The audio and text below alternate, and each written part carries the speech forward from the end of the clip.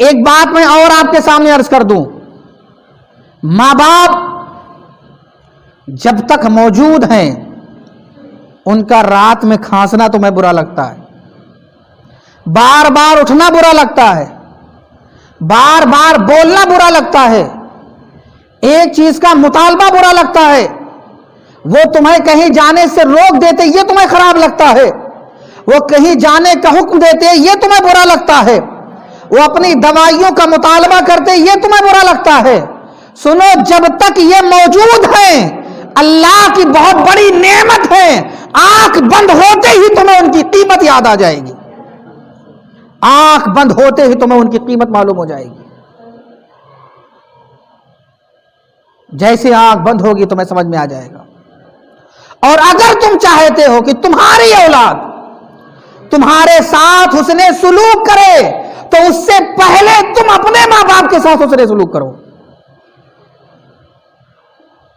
تم اپنے ماں باپ کے ساتھ حسن سلوک کرو، تب تمہاری اولاد تمہارے ساتھ حسن سلوک کرے گی۔ ورنہ وہی ہوگا کہ ایک باپ جب بوڑھا ہو گیا بالکل، تو لڑکے نے اپنے باپ کو لیا اور جنگل چھوڑ آیا، اور جنگل جاتے وقت وہ اپنے بچے کو بھی لے کر کے گیا، اور جب بچے کو لے کر کے گیا تو بچے نے چونکہ اپنی دادا سے بڑی محبت تھی، جب باپ اپنے باپ کو چھوڑنے لگا تو بچہ پکار اٹھا، ابو جان دادا کو یہاں کیوں چھوڑ رہے ہو؟ تو بیٹے نے کہا، بیٹا معاملہ یہ ہے کہ ابو جان بڑے بوڑھے ہو گئے ہیں، بڑے بوڑھے ہو گئے ہیں، اب گھر میں ان کے لیے رہنا ٹھیک نہیں ہے، اب یہی ان کے لیے ٹھیک ہے، ان کا کھانا پینا پہنچا دیا جائے گا۔ تو بیٹے نے کہا کہ اچھا ابو جان ٹھیک ہے، دادا کو آپ جنگل میں چھوڑ دیجئے، لیکن کام کیجئے کہ جس چادر پر آپ نے دادا کو بٹھایا ہے وہ چادر آدھا پھاڑ لیجئے، آدھی چادر پھاڑ لیجئے۔ تو بیٹے نے کہا کیوں پھاڑ لیں؟ کہا اس لیے پھاڑ لیجئے کہ جس طریقے سے دادا بوڑھے ہو گئے ہیں آپ جنگل میں لا کر کے انہیں چھوڑ رہے ہیں، تو چادر میں اس لیے پھاڑنے کے لیے کہہ رہا ہوں کہ جب آپ بوڑھے ہو جائیں گے تو ہم بھی آپ کو لا کر کہیں بٹھا دیں گے۔ بیٹے کو سمجھ میں بات آ گئی کہ جو میں کہوں کروں گا وہی میری اولاد میرے ساتھ کرے گی، فوراً سمجھ میں بات آ گئی۔ اب وہ باز آ گیا، معافی مانگنے لگا، توبہ کیا، واپس ہو گیا۔ عزیزان محترم، ایک صاحب کسی بزرگ نے اپنی ماں کو کندھے پر بٹھا کر 7 مرتبہ حج کروایا، 7 مرتبہ، 1 2 3 نہیں، 7 بار۔ اور طواف کرنا خود مشکل ہوتا ہے، جو لوگ حج کرنے کے لیے گئے پوچھو ان سے، طواف کا ایریا بڑا لمبا چوڑا ہے، چکر لگانا آسان نہیں، بہت مشکل ہے، خود چکر لگا لینا ساتھ یہی بہت مشکل ہے، اور وہ تو اپنی ماں کو کندھے پر بٹھا کر کے انہوں نے 7 چکر لگوایا اور 7 بار ایسا حج کروایا۔ رسول کریم صلی اللہ علیہ وسلم کی بارگاہ میں حاضر ہے، یا رسول اللہ کیا میں نے اپنی ماں کا حق ادا کر دیا ہے؟ یا رسول اللہ کیا میں نے اپنی ماں کا حق ادا کیا؟ میرے نبی نے فرمایا جو تم اپنے ماں کے حق کی ادائیگی کی بات کر رہے ہو، سن لو، جب تم پیدا ہوئے تھے تمہاری پیدائش کے وقت تمہاری ماں کو تکلیف کے جتنے جھٹکے لگے تھے ان جھٹکوں میں اور ان تکلیفوں میں سے ایک جھٹکے کا حق ادا نہیں کیا ہے۔ پوچھو کسی ماں سے، 10-20 ہزار مرد اکٹھا ہو کر کے بھی یہ نہیں بتا سکتے ہیں کہ ایک ماں کے پیدائش کے وقت اس کو تکلیف کتنی ہوتی ہے، اور ہمیں بڑی آسانی سے کہہ دیتے ہیں یہ ماں باپ نے ہمارے ساتھ کیا کیا، ذرا سا ماں بول دے تو تکلیف ہونے لگے، باپ ذرا سا بول دے تو تکلیف ہونے لگے۔ عزیزان محترم، نہیں، یقیناً باپ کا حق اپنی جگہ پر ہے، ماں کا حق اپنی جگہ پر ہے، بیوی کا حق اپنی جگہ پر ہے، اولاد کا حق اپنی جگہ پر ہے، ہر آدمی اپنا اپنا حق سوچے سمجھے اور پورا کرے۔ حضرت موسیٰ علیہ السلام کا زمانہ، موسیٰ علیہ السلام نے رب کی بارگاہ میں عرض کیا، پروردگار میں جنت میں جو شخص میرا ساتھی ہوگا میں اسے دنیا میں دیکھنا چاہتا ہوں۔ जन्नत में जो आदमी मेरा साथी होगा, अय मेरे रब उसे मैं दुनिया में देखना चाहता हूं। मूसा अलैहिस्सलाम को रब का हुक्म, फला जगह चले जाओ, वहां तुम्हारा साथी मौजूद है जो जन्नत के अंदर तुम्हारा साथी होगा। मूसा अलैहिस्सलाम गए, क्या देख रहे हैं कि वो शख्स गोश्त बेचने का कारोबार कर रहा है। अब दिन भर जानवर ज़बह किया, गोश्त बेच रहा है, ना कोई इबादत है, ना कोई रियाजत है, ना कोई खास नेकी है, ना सजदा है, ना सदका है, ना खैरात है, ना इबादत है, कुछ भी नहीं। हजरत मूसा अलैहिस्सलाम पूरा दिन बैठे रहे, कोई ऐसा मामला, कोई खास ऐसी इबादत नजर ना आई कि जिसकी वजह से कहा जाए कि ये जन्नत में मेरा साथी है। मूसा अलैहिस्सलाम को हैरत हुआ, मूसा अलैहिस्सलाम को ताज्जुब हुआ कि जो आदमी सुबह से शाम तक अभी तक कोई खास इबादत नहीं की है, ना कोई खास नमाजें पढ़ी है, ना कोई खास इबादत किया है, ना कोई खास वजीफा पढ़ा है, आखिर ये मेरे लिए जन्नत में मेरे साथी कैसे हो सकता है। बिरादरान मिल्लत इस्लामिया, शाम हो जाती है, अब वो नौजवान कहता है, अल्लाह के पैगंबर आप कहां जाएंगे, रात हो गई है, चलिए आप हमारे साथ हमारे घर आप आराम फरमाइए। लिहाजा हजरत मूसा अलैहिस्सलाम अब उसको अपने घर लेकर, हजरत मूसा अलैहिस्सलाम को लेकर के वो शख्स अपने घर जाता है। जब अपने घर वो लेकर के हजरत मूसा को पहुंचता है तो मूसा अलैहिस्सलाम ने क्या देखा कि उसके घर के अंदर एक बूढ़ी मां मौजूद है, उस घर के अंदर एक बूढ़ी मां मौजूद है, उस घर के अंदर एक बूढ़ी मां मौजूद है। अब सबसे पहले जाकर के उसने जल्दी से खाना तैयार किया। खाना तैयार करने के बाद में अब अपनी मां के चेहरे को साफ करता है, अपनी मां का मुंह साफ करता है, हाथ धुलाता है, मुंह धुलाता है, और मुंह धुलाने के बाद में अब मूसा अलैहिस्सलाम जिसके साथ गए थे उसको अब मंजर देख रहे कि ये क्या कर रहा है और क्या नहीं कर रहा है। अब उसने बिरादरान मिल्लत इस्लामिया खाना तैयार किया है। खाना तैयार करने के बाद में अपनी मां का चेहरा धोला, अपनी मां का हाथ साफ किया है, अपनी मां का मुंह साफ किया है, और मुंह साफ करने के बाद में अब खाना वो पहले अपने मुंह में रखता है, क्योंकि मां बहुत बूढ़ी हो चुकी है, वो खाना चबा नहीं सकती है, खाने को चबा नहीं सकती है, इसलिए पहले वो अपने मुंह में लुकमा डालता है। अपने मुंह में लुकमा डालने के बाद में उसे चबा करके नरम कर देता है, फिर अपने मुंह से निकाल करके अपने मां के गोमा के मुंह के अंदर रख देता है। अब मां इस तरीके से खाना खा रही है, मूसा अलैहिस्सलाम सब कुछ देखते चले जा रहे हैं। अब वो बेटा अपनी मां को खाना खिला रहा है, खिलाने के बाद में अब जब मां का पेट भर जाता है तो मां अपने हाथों को उठाती है, और ये उसे ये नहीं मालूम कि आज मेरे घर में जो मेहमान आया है वो कौन है, मूसा है या कौन है, उसे ये नहीं पता है, इसलिए कि आंखों से अंधी है, वो देख नहीं सकती है। वो सिर्फ अपने बेटे की आहट और अपने बेटे की खुशबू को पहचानती है, और बेटे के साथ मानूस है, उसकी अदाओं को पहचानती है।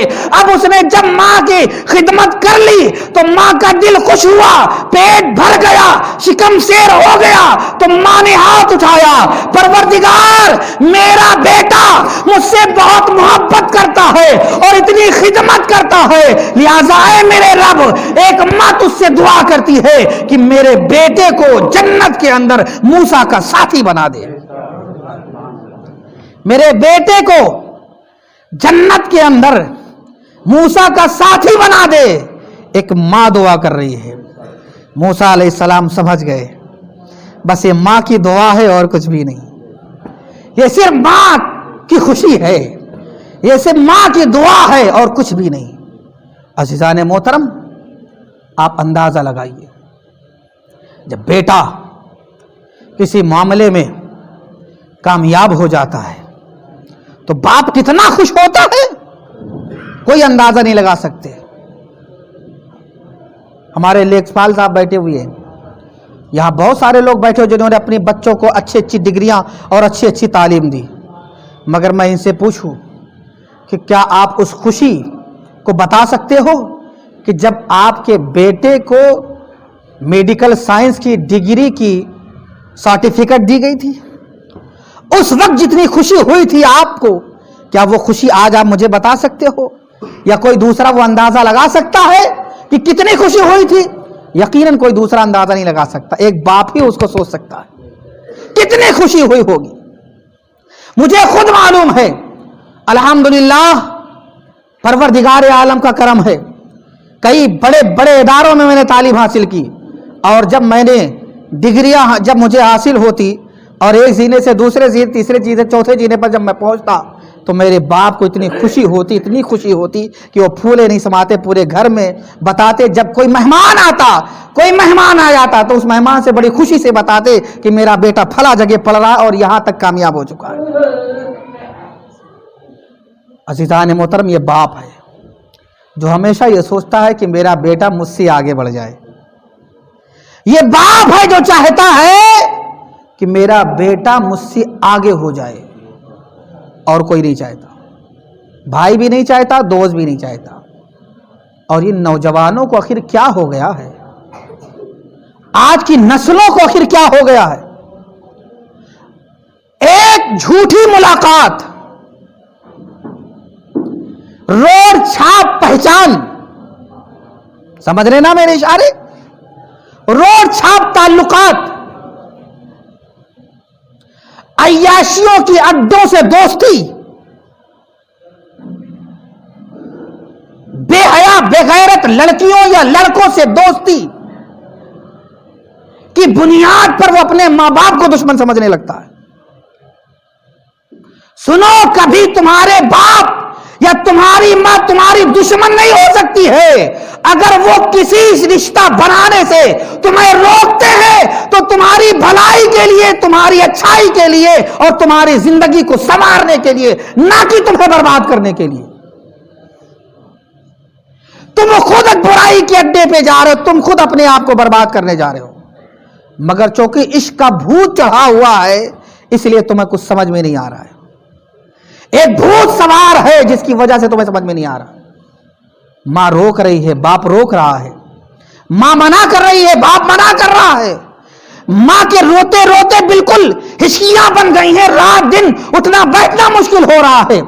बाप का टेंशन इतना बढ़ गया कि ब्लड प्रेशर हाई हो गया है। मगर फिर भी नौजवान को समझ में नहीं आ रहा, मगर फिर भी नौजवान को कुछ समझ में नहीं आता। सुनो, जिसने तुम्हें पैदा किया, जिनको बा कहा जाता है, जिनको बाप कहा जाता है, ये कभी तुम्हारे साथ बुरा कर ही नहीं सकते हैं। और जिसको तुमने अपना शरीके सफर या अपना हमनवा, अपना दोस्त, अपना साथी समझ लिया है, कम से कम उसमें गलत होने का और सही होने के दोनों पहलू वहां मौजूद हैं। कंफर्म नहीं कहा जा सकता गलत, कंफर्म नहीं कहा जा सकता सही, मगर पहलू तो दोनों मौजूद हैं। लेकिन यहां सिर्फ एक ही पहलू है कि ये गलत तुम्हारे बारे में कभी नहीं सोचेंगे। मगर नहीं, नौजवानों को समझ में ही नहीं आता, हमारे भाइयों को समझ में ही नहीं आता। और सुनो, आखिरी बात अर्ज कर देता हूं। अगर कोई आदमी खुदकुशी कर लेना, अपनी जान दे दे, अपनी जान दे दे, तब भी वो मुसलमान है, उसकी जनाजा पढ़ी जाएगी। अगर वो जिंदगी भर नमाज न पढ़े, ईमान के साथ दुनिया से जाए, तब भी उसकी जनाजा पढ़ी जाएगी, उसको नहलाया जाएगा। शराब के अड्डे पर पूरी जिंदगी रहे, अल्लाह ना करे कोई ऐसा हो, लेकिन मसला मैं बता रहा हूं, शराब के अड्डे पर हमेशा आता जाता रहे, फिर भी अगर मुसलमान होकर के मरा तो उसकी नमाज जनाजा पढ़ी जाएगी। गुनाहों बदकारियों के अड्डे पर हमेशा उसका आना जाना हो, मगर फिर भी अगर मुसलमान होकर के मरा तो उसकी नमाज जनाजा अदा की जाएगी। मगर याद रखो, अगर कोई शख्स, कोई आदमी अपने मां बाप को कत्ल कर देता है या इनमें से किसी एक को कत्ल करता है, अगरचे वो मुसलमान होकर के मरा है, शरीयत कहती है ना उसे नहलाया जाएगा, ना उसकी नमाज जनाजा पढ़ी जाएगी। पता क्या चला? ये छोटा गुनाह नहीं, बहुत बड़ा गुनाह है। पता क्या चला? बहुत बड़ा गुनाह है। हालांकि वो मर्डर करता हुआ फिर रहा है, प्रोफेशनल शूटर है, वो पैसे लेकर के मर्डर करता है, पैसे लेकर कत्ल करता है, कारोबार है उसका। बहुत सारे दुनिया में ऐसे लोग हैं, मगर फिर भी वहां माफ है, जबकि बहुत बड़ा गुनहगार है वो। किसी मुसलमान को कत्ल किया है, पैसे लेकर के कत्ल कर दिया, बहुत बड़ा गुनहगार है, मगर फिर भी उसकी नमाज जनाजा पढ़ी जाएगी। मगर जो शख्स अपने माँ बाप کے ساتھ اس طرح سے کرے اس کی نماز جنازہ شریعت کا حکم نہ پڑھی جائے۔ سوچو کتنا بڑا گناہ کیا ہم نے، سوچو ہمارے ماں کا اور ہمارے باپ کا حق ہمارے اوپر کتنا ہے، سمجھ میں کیوں نہیں آتا؟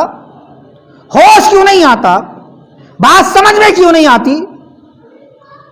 کبھی کبھی نوجوانوں سے ایسی بات کرنے لگو تو انہیں خراب بھی لگنے لگتا ہے، کچھ کو مذاق سوجھی رہتی ہے، کچھ کو ہنسی آنے لگتی ہے۔ جب تمہاری اولاد تمہارے ساتھ ایسا کرے گی تو مولانا صاحب کی ایک ایک بات، ایک ایک جملہ یاد آنے لگے گا، لیکن اس وقت کچھ نہیں کر سکو گے۔ آج اگر موقع ہے سنبھل جاؤ، آج اگر میری بات سمجھ میں آ رہی ہے تو سمجھ لو، کان کھول کر کے سن لو۔ اللہ تعالی ہم سب کو اپنے ماں باپ کی خدمت کی توفیق عطا فرمائے۔ ماں باپ میں سے ایک زندہ ہیں تو ان کی خدمت کی توفیق عطا فرمائے، دونوں زندہ ہیں تو ہمارے لیے بڑی خوش نصیبی کی بات ہے، ہمیں دونوں کی خدمت کی اللہ تعالیٰ توفیق عطا فرمائے۔